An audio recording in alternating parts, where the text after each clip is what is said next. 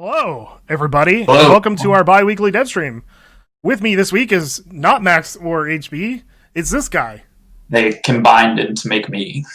It takes HB and Max Marilyn. in order to make a Julian. And I feel like that's canon. Yeah. How's everybody doing today? Mark, how are you doing?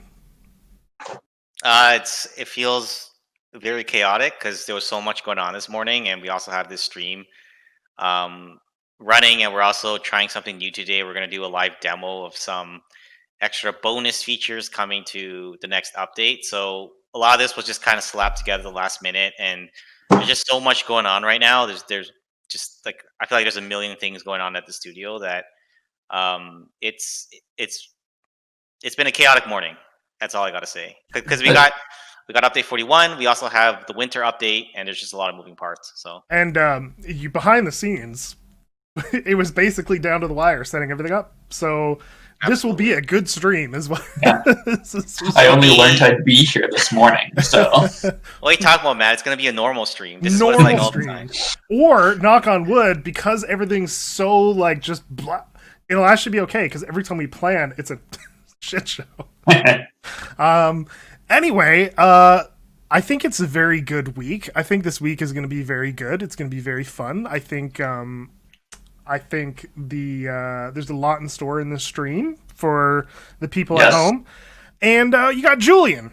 And what more can you ask for than Julian? Yeah. Okay. Get your questions ready. Oh, I made Julian full screen. I didn't mean to. I was just trying to turn you down. Oh, they saw my sweet background up close. Okay, so let's move on. So Julian is graciously volunteered, and by volunteered, I told him that he had to. He's going to walk us through community highlights. So let's start with community highlights. I'm totally ready for this community highlights. I don't have the expertise that HB does in terms of, I'm not sure what to say other than talk about the art itself.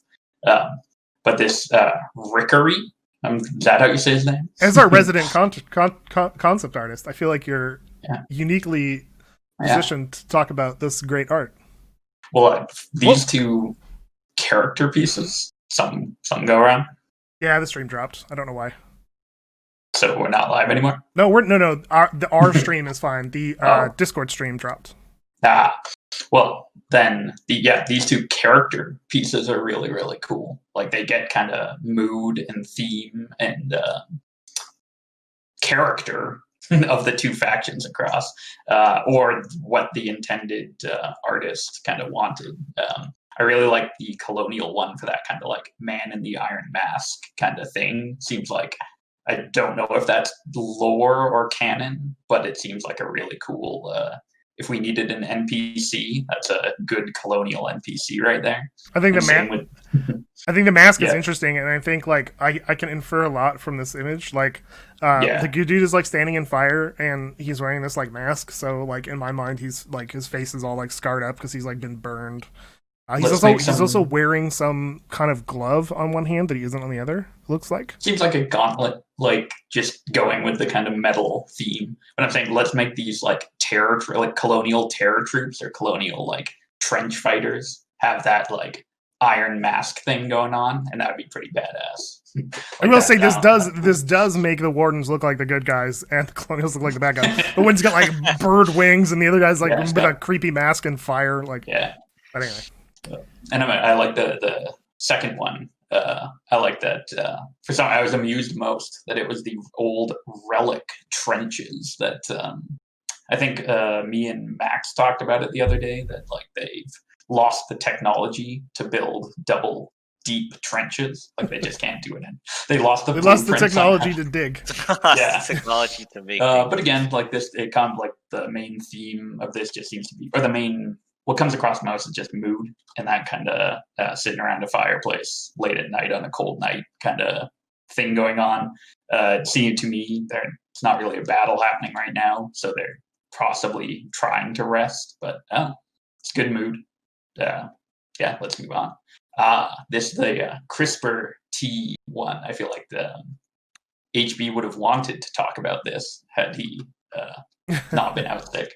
But I also think you're to blame for Fox-related creations, Matt. That this is Stay Foxy 100% like visualized right here in this piece of art. I mean, listen, I take no responsibility for Mark named the game Foxhole, so I blame him 100% for all of it, even Stay Foxy.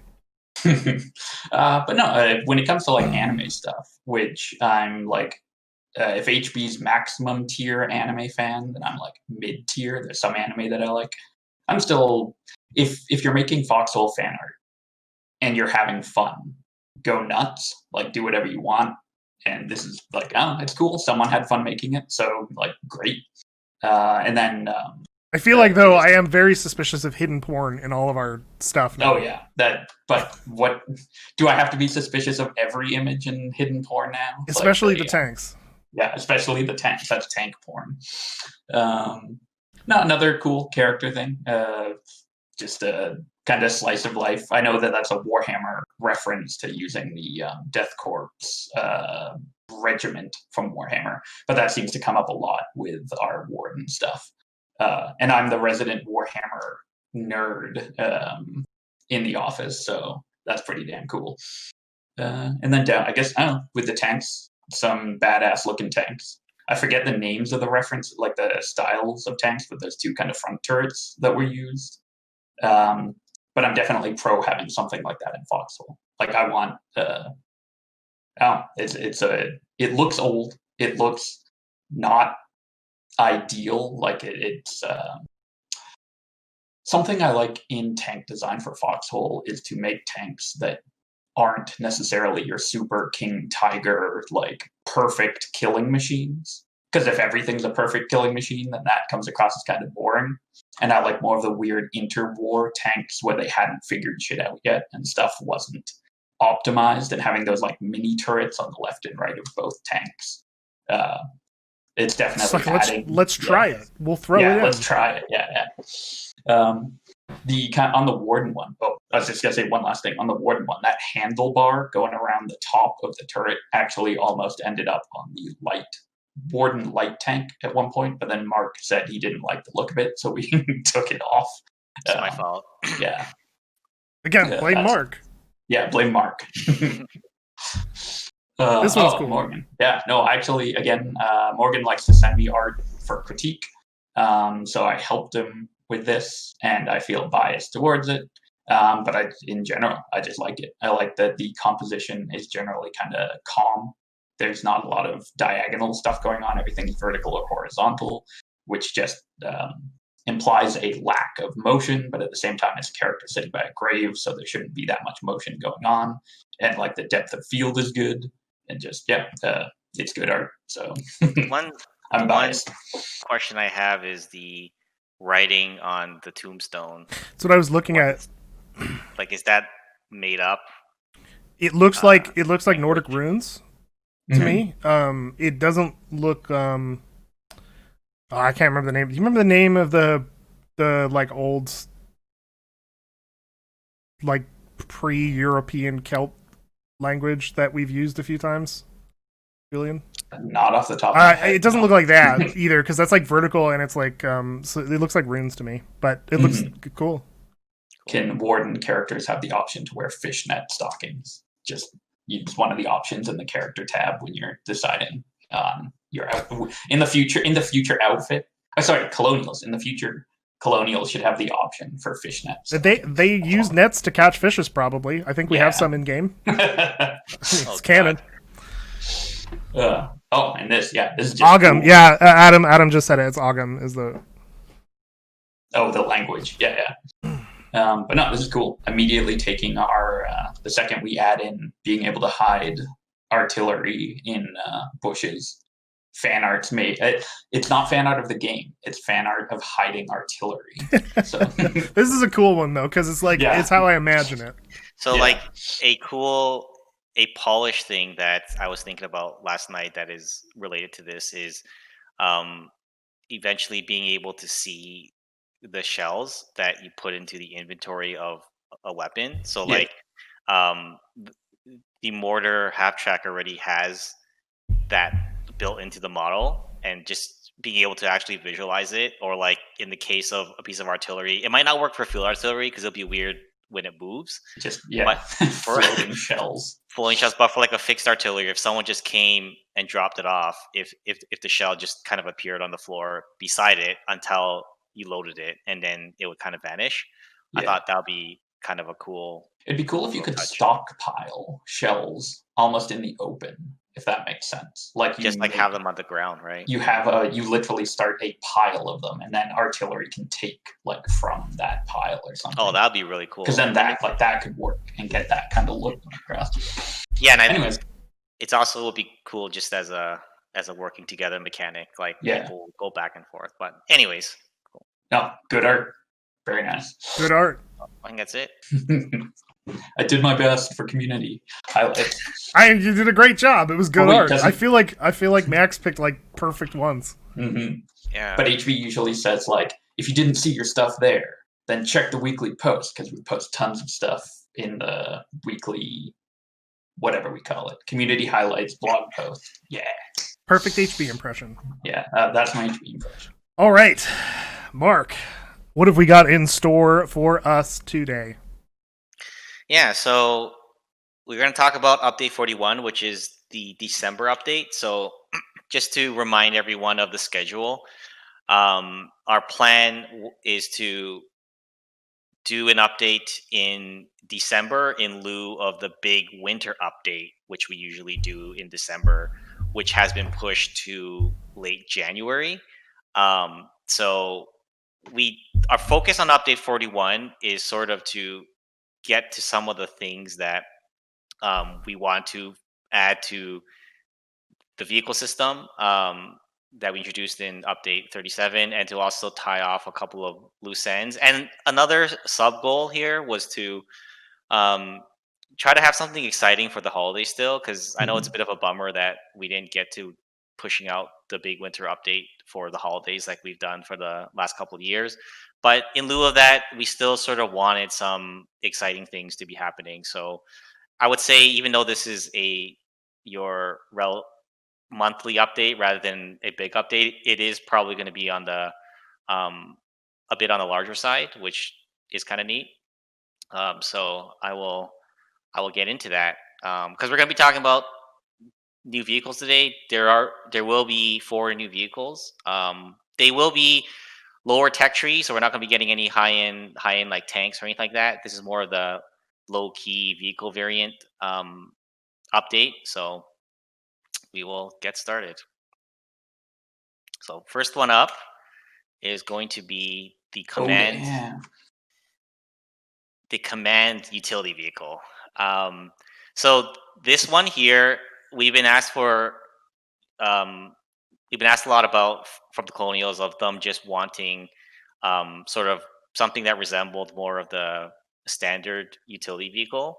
But we didn't, again, we were trying not to have a mirror of what they have on the Warden side, because the Warden side does have one that is much more like the default one. So we decided it was a good time to introduce the command LUV. And it has 7 inventory slots, which is up from what the current LUV that the Colonials has. We had long discussions about how many slots the LUV should have. I remember that discussion. I remember that test. It is extra durable, so it is stronger. Takes more hits than a normal LUV, and it has the sort of signature feature is the commander hatch there. And there was one thing about this vehicle is that this is not for this update, but we have been talking about wanting to expand the role of like recon in the game, and we feel like if we ever did do that, add more features to sort of a player sitting in the commander hatch, this would be one of the vehicles that would be able to utilize those features. And in combination with some radio stuff too. Yeah, so as a brainstorm, Julian, like, do you want to mention about the thing that you want to see, which is not necessarily a planned feature? Well, the recommendation would be that basically just to add an ability for someone in a command seat with a radio, and the vehicle would kind of count as the radio, would be able to see the health of structures and possibly other vehicles, with the kind of giving it a information gathering role and kind of on the command part yelling to other vehicles at like what to target and how to organize. And again, this is just me pitching random stuff, as I never stop pitching random stuff in the office. That's not happening. It may, but it may. I want it to. I mean, it sounds like a cool idea. All right, next up, we have the field cannon. So this one here is basically a light tank gun on. They sort of ripped it off and threw it onto the field weapon platform. And the reasoning behind this is with the recent change to small arms damage not being effective against structures anymore, we wanted to start including more of these structure damaging vehicles in the early game. So a lot of you might be looking at this and being like, oh, what's the point of this? Like, we don't need it. But the key thing here is that this is going to show up very early in the tech tree. So within the first couple of days, this will be out there, and it'll sort of be one of the main ways that you can deal with the with structures in the first couple of days of the war.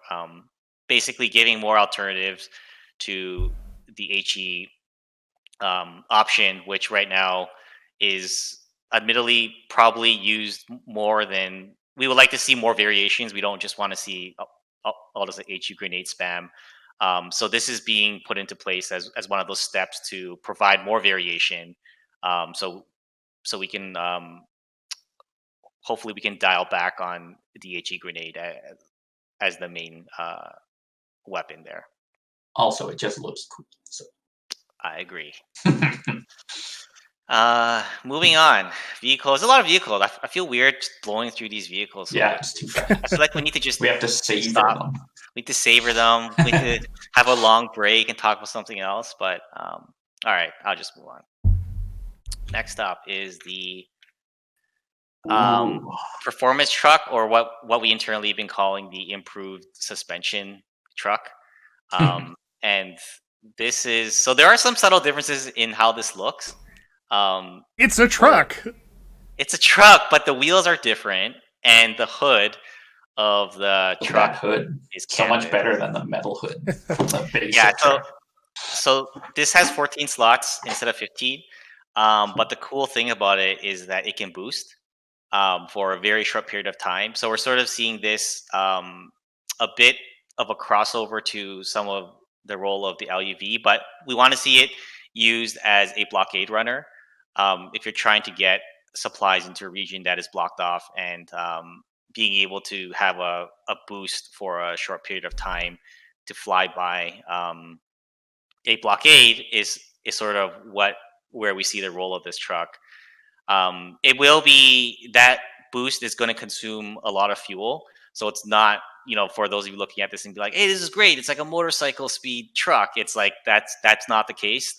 Just normally using this, it will be much like a normal truck, but if you need this short burst, it will be available to you. So I get the feeling that Logi players are, even though this sort of visually is not like, oh my god, this crazy new thing, I don't know what you're talking about, Mike. It's one of those practical things that I think a lot of that Logi players will see a tremendous amount of value. I want to see how many people will accidentally boost them off of the end of docks, and just they'll be sinking in the water.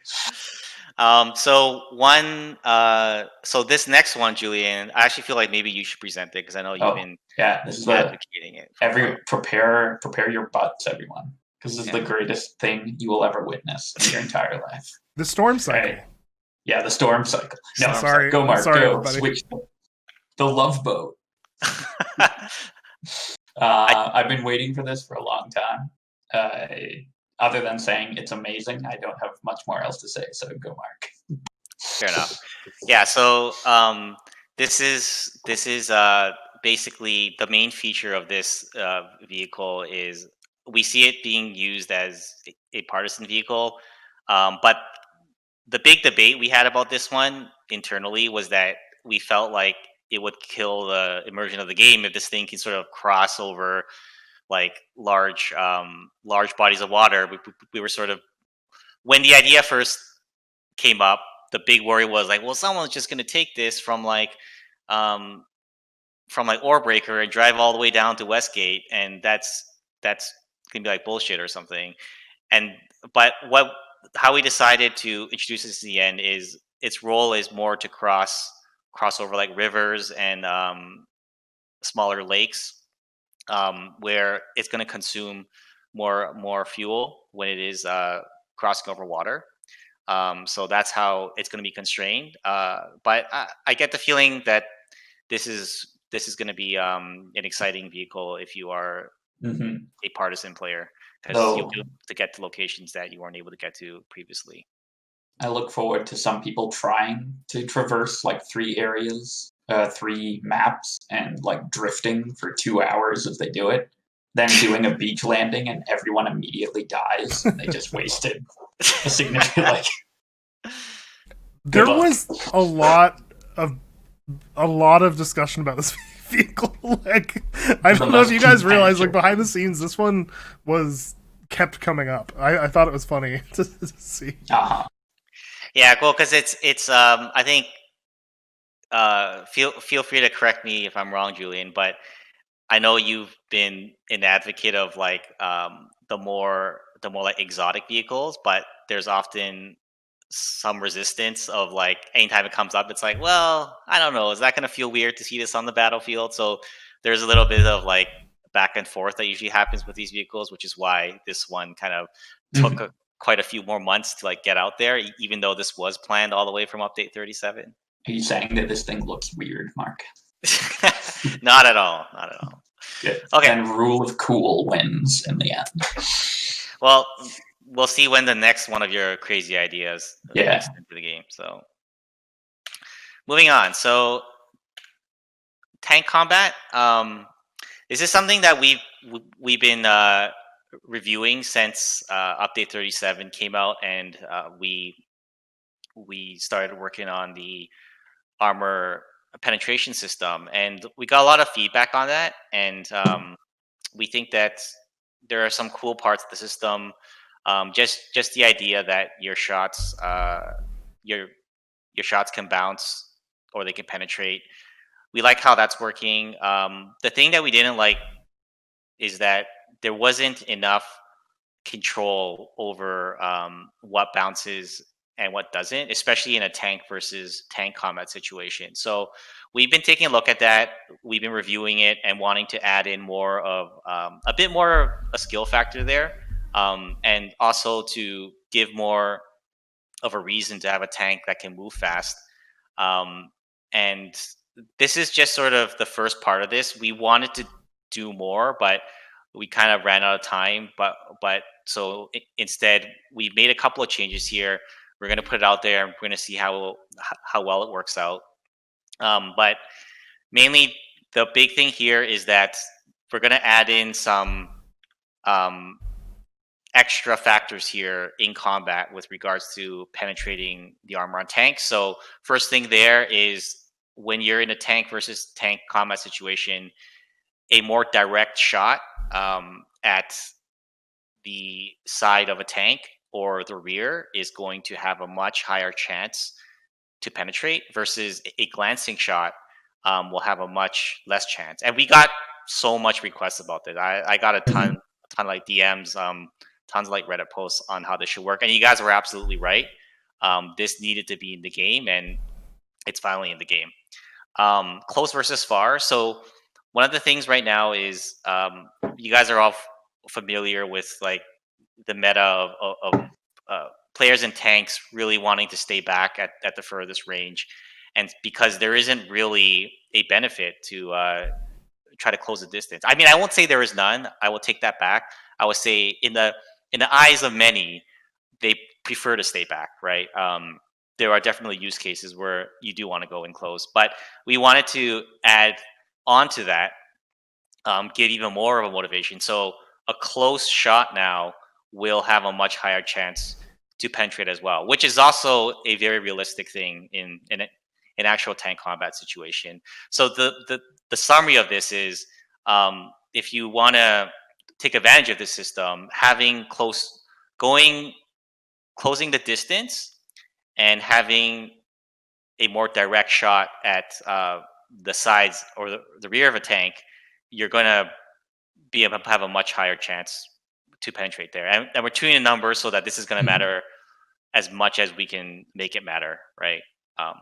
We also discussed the idea that it, to kind of, for lack of a better term, stylize it so that it's not absolutely every degree, if that makes sense. To kind of, it's like parallel versus perpendicular, kind of like you want to be perpendicular to the armor when you make your shot. Gives you the best chance instead of absolute 100%, like confusing hell of every single 0.1 of a degree. Yeah, the way we did it is that the vehicles are abstracted to front, left, right, and rear, and we also made it so that it does the increase in chance is, for the case of the distance at least, is an exponential increase. So it's kind of like if you're kind of staying the furthest away as you can and you kind of moving a bit, that's not going to count that much, but moving in further will count in more, right? So like the closer you get, the more significant this is going to be. And in general, we wanted tank combat to last a little longer. We feel like the tank engagements are kind of over before they begin very often right now. So the threshold for disabling a tank has been reduced from 50% health to 30% health. And the bonus damage that exists right now for hitting a tank at the side is also going to be reduced. So in general, in a tank versus tank combat situation, it will be they will last longer, hopefully not by too much, but hopefully by just enough so that there's like one or two more shots that players are able to get in. But we are balancing the infantry weapons like stinky bombs, mines, and RPGs to make up for this, because we didn't want to nerf the infantry side of things here. We just more wanted to make the tank versus tank combat more interesting. And this is another thing too. This is a slight change. This isn't going to be a drastic change here, but we did want to increase the time to repair just a bit, because we felt that in a lot of scenarios, if you got a couple of good shots off at the enemy, the moment that they pull it back, it's kind of like all your work is undone. So we did want to just make one step towards addressing that. We don't think this overall is going to be a big change, but it's sort of like we wanted to do something in lieu of larger changes in the future. We kind of wanted to move the needle slightly here. So expect to see a small change there as well. Moving on to the other features. This is all the other features, right? And there's some neat stuff here. First of all, the Intel text chat channel. We want to expand a little bit on the communication side of things here, and we got this suggestion from the community, which I think was a really awesome suggestion, which is to take what people were already doing, kind of trying to scream out in chat in capital letters when a town is under attack or a supply line is blocked off or something's happening in the world. And instead, we want to take that use case that was already being used and to turn it into more of like an official feature. So we added the Intel channel, and we're going to see how this goes. We hope that it will be well utilized, but if it's not, it's always something we can review in the future. But it's one of those small but hopefully helpful quality of life things on the comm side. And Matt, I will hand this over to you. Yeah, so that's fine. So why don't you actually get set up for your next bit a little bit? while I talk about this. Sure. This is Before actually really timing. Though, you want to go through the rest of the stuff? Yeah. Do you want to? Maybe we'll come back to that. So first thing I want to say, this is more of a note, is that we said battle tanks were going to return. Unfortunately, we got to backtrack on that. We came across some. We had a plan in place. We started working on it, but we came across some stumbling blocks there, and unfortunately, that's not going to happen. So, but I do promise that on the next stream, there'll be something to make up for it. So I will leave. There'll be something else coming in the holidays that is going to make up for that. So let me have that. And then the other thing I want to say out is that we're going to try something new today. We're going to do a live demo to show off the last 2 features that we have in store for our update 41, and it's going to be we're going to be shooting from the hip there, but we're going to go get ready for it. And Matt, you can take it away with the map changes. Cool. I'm gonna leave this stream here so that you guys can set up. Sorry, Matt. So should I stop streaming this? Yeah, I stopped. Slides? I stopped. Stop watching. Okay. You jerk. Why isn't it working? It's so weird. Yeah, so just stop streaming that and then get yourself set up, and then we'll come back. So, so we're making some changes to a bunch of maps. It's actually more than what you saw in that in that slide. So we are making changes to Godcrofts, which is the thing that's coming in the chat. So I'm just going to address it right away. Godcrofts is a map I wanted to change a little bit for a while. There was some really obviously sort of we'll just say it. It was kind of imbalanced in terms of logi distances. There is actually a really big imbalance in that map. So one of the whole map isn't totally changed because I actually think there's a lot of really good stuff in there. But Prometheans and the entire sort of land map that Prometheans sits on has been basically cut out and moved right to the middle of the map, and then that whole thing has been redistributed around. So maybe we can show it. Maybe I'll give you guys a screenshot and FOD later about what that looks like. But so basically, Prometheans have been moved right to the center of the map where that little crossroads was. Hold on, Matt. Is there anything stopping me from just streaming and then I can show those? Yeah, changes? you can just show it. Okay. I think some stuff hasn't been updated on the map, but that definitely should be. Are you good? Yep. I think I'm good. I'm just waiting for Julian to.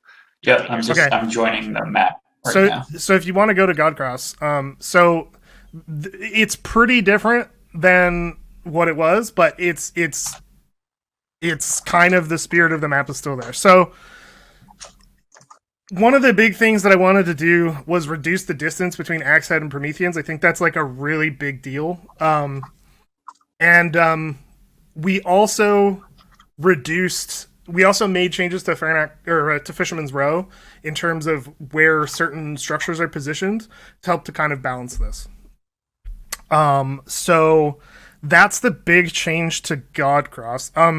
I think don't look at some of the positioning of some of the resources and stuff. We're gonna actually look at that. So that might change. But anyway, so that's a big change to Godcrofts. Do you want me to move over to? Yeah, let's go to Heartlands and Umbral Wildwood. So 2 big changes in Umbral Wildwood and Heartlands. I want to just hold on this for a second and see if you guys can figure out the difference, because there's a really big difference, but nothing really moved around in terms of like structures. But the bulwark is in a really, really different spot now. We moved the bulwark up, basically, in both Umbral Wildwood and in Upper Heartlands to kind of match a little bit more the kind of mountainous terrain in the north without actually adding mountains to the south, because it's not something that we wanted to do. Furthermore, Thunderfoot is back, and Thunder Row is gone. Golden Root Ranch is now a relic base. So that's going to change Umbral Wildwood quite a lot, I think. The other thing is we added... So those are the biggest changes, I think. Some smaller changes. We added 4 more seaports to the world. In Callahan's Passage and in Umbral Wildwood, as well as in Lockmore and Marband Hollow. We also changed This is actually kind of cool that you could just show what I'm talking about. As we yeah, it is really cool. I think we should do this more often. We also changed the thing that changed the most in this scenario was the northern part of Sulpur Channel has been changed to be a lot harder to take. It's not a big wide open area anymore. It's actually kind of a little bit mirroring what's going on in Jade Cove, and the south has had one more entrance opened up in order to be able to actually take it. So in Jade Cove, we also added another entrance into the north as well. So we're just kind of looking at some of these different things and switching things around a little bit to kind of bring some balancing to the physical geography of some of the maps. I think that. Yeah, if I may, Matt. Yeah, go ahead. When it comes to map balance, I think it's one of those things that everyone is going to have a different opinion on. So I think what we took was sort of the longer burn approach, and we wanted to wait. Like, we heard a lot of feedback, obviously, over the last year, and we wanted to make sure that we were hearing that feedback.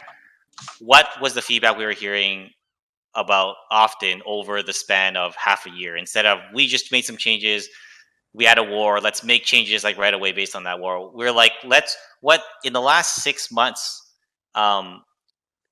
even longer, what's the recurring themes that keep on coming up over again? And again, everyone is never going to agree on these things for sure. Even inside our team, it's a hard time at certain points, but we want to address the issues that we were hearing just kind of over and over again. And the other thing too is you guys will notice that occasionally I open up channels and ask questions, and I'm asking very targeted questions to try to get specific answers so that I can get more targeted feedback rather than spam feedback, and that usually works out pretty well. So a lot of the input that comes from this is actually coming from you guys, so keep that in mind. I think there's one other thing that you want to talk about, Mark. Yeah, there's two other cool things. All right, the first cool thing. So you're done, right, Matt?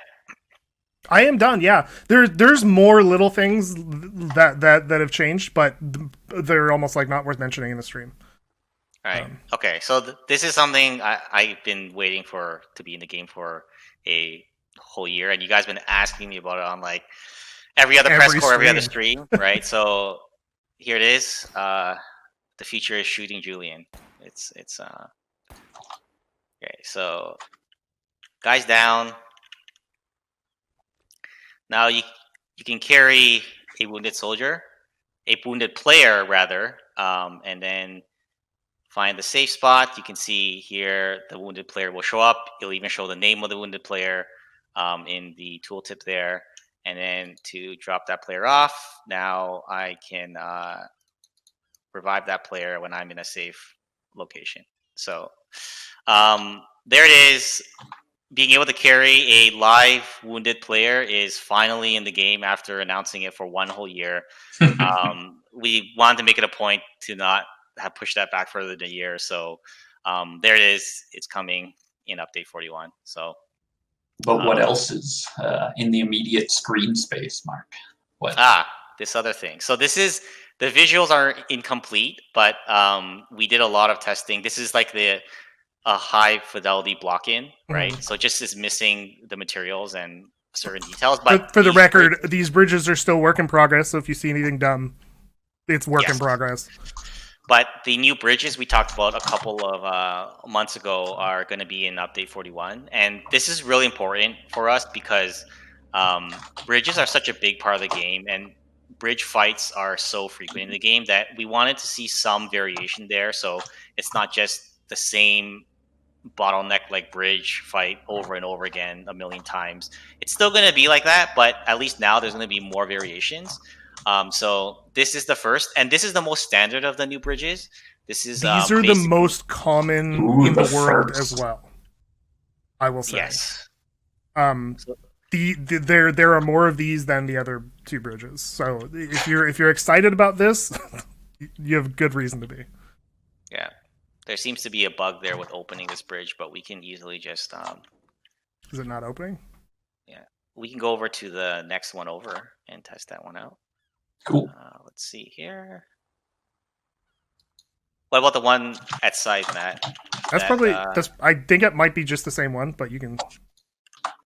Let's see if that works now. Okay, let's go here.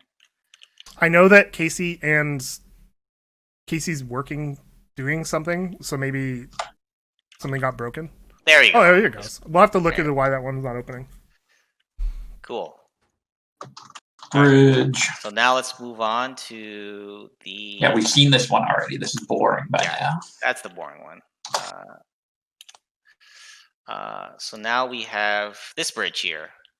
Matt, do you want to talk a little about this bridge? Yeah, so this bridge is one that's more designed has a choke point. This is designed to be easy to pass, but it's also designed for like infantry skirmishes. So as an infantry player, you can safely at least go from side to side if there's like traffic, but also this is going to be kind of provide more of an interesting combat scenario than the current ones do, where it's just like it's just a meat grinder because there's literally nowhere to go. You have to go straight. This was designed to provide a little bit more of like a combat playground, as well as a pedestrian walkway during like normal traffic. And that's, I think, Julian, you designed this, so a little bit has changed since your design, but but other than that, yeah, these stairs weren't in your design. That came up during a playtest. I didn't approve these stairs. How dare you? Okay, and then the last one. We would climb over the edge as well, but for there's a bug right now where there's no collisions there, so Mark will just fall into the water. Here, I'll show you that. Oh wait! What? We tested this like 3 times and it didn't work. There's one. It's one spot in the bridge. Oh, okay. All right, let's move on to the. But wait, there's more. Yeah, and then the last bridge, as you can probably see on the map, is designed for those areas that are extremely long. We wanted to have bridges that had a little bit more tension, and had a little bit more to cover the areas where we have long bridges. Because previously, this is not just cool because it's a cool big long bridge, but also placing these really long bridges for level designers has always been an enormous nightmare. It takes so much time. It never works, and those are the ones that usually have like problems with like collisions and stuff. So one of my goals with this one was to make sure that we don't have to deal with that ever again. And so this is a dream to actually work with. Gotta represent the best tank in the game. Yeah. And one big thing about this 2 of these bridges is that they're explicitly designed, the first one and this one, to be a 2-lane bridge, so that you can fully like have vehicles driving in opposing sides. Opposing directions without having to do that awkward, like you hit each other for a moment, one vehicle has to like back out type of thing. Julian, if you can try spawning me a vehicle just so I can. Oh yeah. If you fail, it's okay. If there's some problem. Will it work on the bridge? Oh, it spawned it in the water. Yeah. I think you have to go to the train. Yeah. All right. But yes, so like we've been doing an enormous amount of testing on these bridges to try to make sure, like, there's one of the biggest goals is that you guys don't have problems driving on them ever again. I'm not going to say it won't happen, but that's the goal. I don't want to hear those problems come up ever again, because they were constantly too much fiddling had to be done to get vehicles to be able to drive up, and that's a big part of what I want to eliminate with these bridges. I want it to just be, you drive on the bridge like you should, and then we're done. And then there's no more discussion about it. You know what I mean? That was a big problem that I had with the way that we were doing the bridges previously. Yeah, so like on top of just you mean bridge previously, the superficial changes, there's also, like, we worked to resolve a lot of those issues that we had on the old ones. So Great. I think that's about wraps it up for Is that enough content? Have we appeased them? Is that enough content? I'm just surprised at how like stable this live demo was, because this is kind of like one of the. I think we might have done one in the past, but it's been a long time. It probably died, and we've been talking to no one this whole time. No, it's there. The previous ones. So I think this is something we are going to try to do a little bit more, maybe in the future, is to actually like show you guys what we're working on rather than just talking about it. I think it can make a little bit more of an impact. And it's a little easier work from home because in the office we were trying to stream from like a laptop that didn't work very well. And that's why we didn't do it. We did it a couple times, but it always kind of failed. It was always like, or there was no sound or whatever. Cool. So all right. I'm going to end this then. So yeah, let's ask some questions, and we're asking them questions. Yeah, we're gonna ask you guys. So you guys can ask us some questions, and we'll take a few. We're running pretty late, but I'm okay with asking with getting us a few questions. So I mean, this is a question. I'm going to rephrase it a little bit so that it's condensed. Guys, please don't send me essays. I won't ask them after this. With the Wardens getting early tier cannons, what plans do you have for the Colonials as like a balance to that? So right now, on the Colonial side, we were take a look at it, and the RPG utility vehicle is sort of like the structure, the early war anti-structure vehicle, which it will continue to serve that purpose. We are obviously still looking into like other things and to make sure that there is more variety on both sides. But that is one of the big pieces of feedback that we've been hearing, is that the early game tech tree for the Wardens is more sparse. So which is why the field cannon went to the Warden side. But in the winter update, I think a bunch of that is going to change. There will be a significant step forward, I think, for both sides. Shit's gonna get real. Shit's gonna get real, yeah. So. But you said you'd let me answer all the hard questions, and the real. Oh yeah, what the hell am I answering that? The real answer is that it's a Warden biased, and we don't care. So we're doing it because it's cool, and deal with it.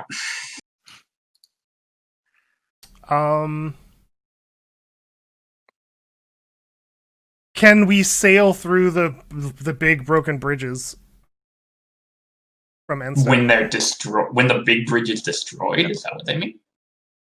Yeah. Yeah. I think it's going to work the same way that bridges currently. It's gonna, like the base mechanics of the bridges are not going to change, so you can still drive a mortarboat landing craft through, and I believe the amphibious LUV, you can drive those under these bridges, and so nothing there changes the way they open. It's just there's just more variety.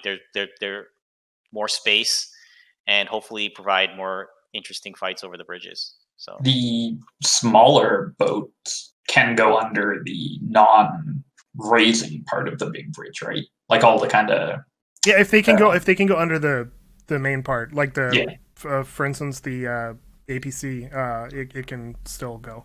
Yeah, it can go under any part. So it would be like in a destroyed state, the small boats could still get through it. Is worth noting. Some of that's up in the air a little bit too, because we haven't run through the destroyed state testing and stuff, but that's coming. So, Hydrella asks, can you describe the issues with implementing the BT? Yeah, sure. So. Basically, the big problem with that we've heard from players on that is that once the battle tanks are introduced in the tech tree, then they will kind of eliminate all the other tactical options. So there's like no point in making a light tank. There's no point in making a silver hand or anything underneath it, or there's at least much less of a point. And the end game sort of becomes a matter of who can spam the most amount of this one type of tank, right? So we want to tackle that in several ways. One is in a small way, the tank combat changes that we're introducing, making things like speed and like agility actually matter more, so that it's not just about, it doesn't matter if you have this like slow tank, but as long as you have the most hit points and you're dealing the most amount of damage, that shouldn't matter the most. So we're tackling on that stage as well, but we're also tackling it on the front of we just don't want to see so many out there. Like, we feel like this class of tanks needs to be almost separated out in the way that you produce it. So it would not be as spammable as it is that it was previously. But the reason why we held off on it is the way that we want to be very careful with this, like the way that we change the way that it's procured. We wanted to give it more thought, right? We wanted to, our initial approach was more of, let's just try something. Let's try to tack on something to the initial to some system that we have right now, and we weren't happy with it. So we really wanted to just go back to the drawing board and figure out a better way to do it. That's kind of all I can kind of say, right? So you were saying we were too biased towards Logi making BTs, and we need to cancel out the Logi bias. This is an issue close to my heart, and it's a good one to ask. The chat keeps scrolling, so I'm losing. I don't know who it was. Any issues or any updates on the issue with barge bridge blocking? Yeah, that's so. If I'm understanding correctly, it's the griefing technique of placing a barge in an open bridge and it being difficult to destroy it, I believe. Yeah, they'll come by, open the bridge, and then depart. Yeah, right? Yeah, it's on our radar. But that's all I got to like. It's definitely on our radar. It's been mentioned several times internally, so we just gotta take a look at it. Can bridges become the hard counter to a barge? And if a barge is under it, you just close it and it blows up the barge.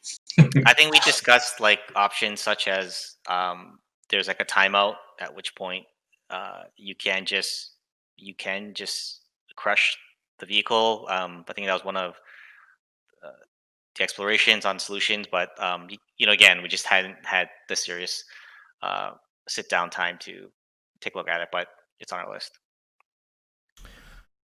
Thank you. I'm gonna ask 2 more questions because we're running a little late. We've been going for we're almost at an hour. As soon as we hit an hour, we'll be done. Niles D asks, where is the Warden Smoke APC? Julian, why don't you take Julian? You wanted a hard question. Yeah, no, right? This is an easy one. Okay, it's hidden behind smoke. We lost it. It's gone. No. They put it in the bushes. Yeah. They can't find it anymore. Actually, I don't know exactly what the status on that one is. Yeah, I think we were evaluating how useful that vehicle would actually be, and also like we didn't for that landing craft. We kind of are a bit uncomfortable for when it starts becoming a really dominant vehicle on land. So I think like we were trying to balance there. Okay, is this gonna buff how useful it is on land? Is it gonna be just used for some? Because I think the conceptual design for that one was that you shoot a bunch of smoke onto a beach so that you can get past the defenses when you land, or it can help you with the landing, right? Correct me if I'm wrong, Julian, but that was sort of a bit of the concept behind it. But we felt that it might actually instead just be used in a whole bunch of other cases, and I when we reviewed it, it was deemed as, okay, let's just shelve it for a while. Maybe we'll come back to it. I think we also had thought about another angle that we looked at was, well, maybe it might not be like, maybe it's the opposite. It's like it's actually just not useful enough. And we also had thought about perhaps turning those smoke launchers into like general general grenade launchers as well. So it's just sort of this design in flux where we've had different thoughts going in different, possibly conflicting directions, and we just kind of have never settled on what it should be yet. So, yeah. Well, I think like we discussed, like there's that the vehicle doesn't get obscured by the smoke in any way, and that's a problem or a potential problem. Yes. That was and then we definitely want to recreate the classic scene in Saving Private Ryan, where a bunch of people drive in an APC all the way up to a town hall with smoke launchers and blow up the town hall. That was my favorite scene. Yeah, that was great.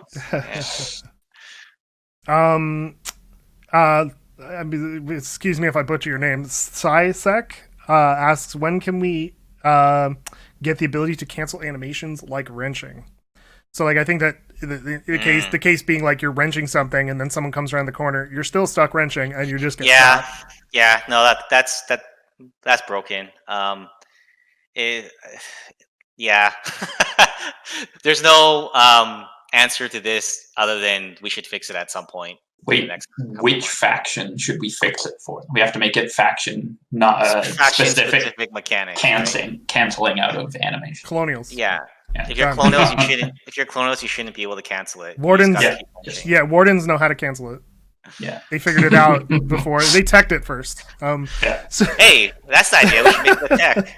You gotta research how to stop wrenching. How about that? Sparkon asks, Storm Cycle? Question mark? Question mark? Question mark? Question mark? Question mark? Question mark? Question mark? Guys, it's a joke. It's not coming. Yeah. We put too much effort into the joke, so it seems like it was a real thing that we implemented, but it was not. We apologize for that. Storm Cycle confirmed. That's what I heard, Matt. Zach the Reaver asks, bring back Autotech. 2 more questions, man. I'm going to an hour. We're not at an hour yet. Yeah, bring back Autotech question mark. Yeah, we've been asked about this like a bunch on the press corps, and yeah, I don't know if I think the issue of players feeling like they are having to grind continuously to keep up with the other side is an issue that has been raised, and we're taking a look at it. I don't know if auto tech per se is going to be what it lands on, but you know what, the one thing though is that, and this isn't downplaying that feedback, it's a very valid feedback, and we are exploring what we need to do to address that. But the one thing that we haven't been seeing is either side significantly zooming ahead in tech, right? So all that in mind, we got to take a look at it. So one faction gets canceling out of animations, and the other faction gets an auto tech tree. Is that that's what we're doing? You just gotta choose which one you want. Yeah. I'm gonna ask one more. What is this, Matt? Ask good questions. I want one good banger of a question to go out on. We're 3 questions over time. Actually, we haven't been streaming for an hour yet, so. Yeah. Okay, fair enough. We're too good at this. We've mastered the great question given the topics covered today. Luca the Slav asks, is frontal armor still random penetration regardless of range and angle? Yes, it is right now. This stuff is still iterative, so it could change in a couple of updates, but we felt like if the default, well, first of all, in most tanks in World War II, the front armor was significantly stronger than anything else on the tank. Like it was very difficult to penetrate. So that was probably the biggest motivator there. Another motivator was that we felt like we didn't want to buff just the strategy of sitting back and just kind of taking these range shots, which is already kind of the most effective way to play that game. So for those two reasons, it is limited to the side and the rear, and it does tell you now in the UI when you hover over the ammo where this is relevant. It will say that direct shots and close shots will have a higher chance to penetrate on the sides and the rear. So thank you very much, Julian. BHB, and talk about YouTube. YouTube's a thing. I know nothing about it, and I have no presence on it whatsoever. But Clapfoot does, so check out when we get around to posting this. If you missed anything, check out the full stream. That's all I got. There's also comments, and you can use those comments to ask questions. HB will then answer them when at his leisure, if you wanted to ask a question. If you want to ask another question, oh, you know what? I forgot a question, but it's too late now. We'll get it next time. I'm sorry, Minibar. We ask a lot of your questions anyway. So you can ask questions in the comments of YouTube, and the stuff. HB, I just lost my train of thought. HB will answer them. There'll be links in there and stuff, and he knows what he's doing. We're not HB, so this is all just like foreign to us. Mark, any final thoughts? When is this update coming out? Do you have any information about that? We're hoping to get the dev branch out later this week, so we'll see what happens. Okay. Thanks, everybody. There is a final thought. There's more to come before the holidays, and we'll talk a little bit more about what that entails next time. Thanks, everybody. Tune in next time in 2 weeks. What date is that? The 14th? The 14th? 15th? December 15th. December 15th for more on that. And stay fun.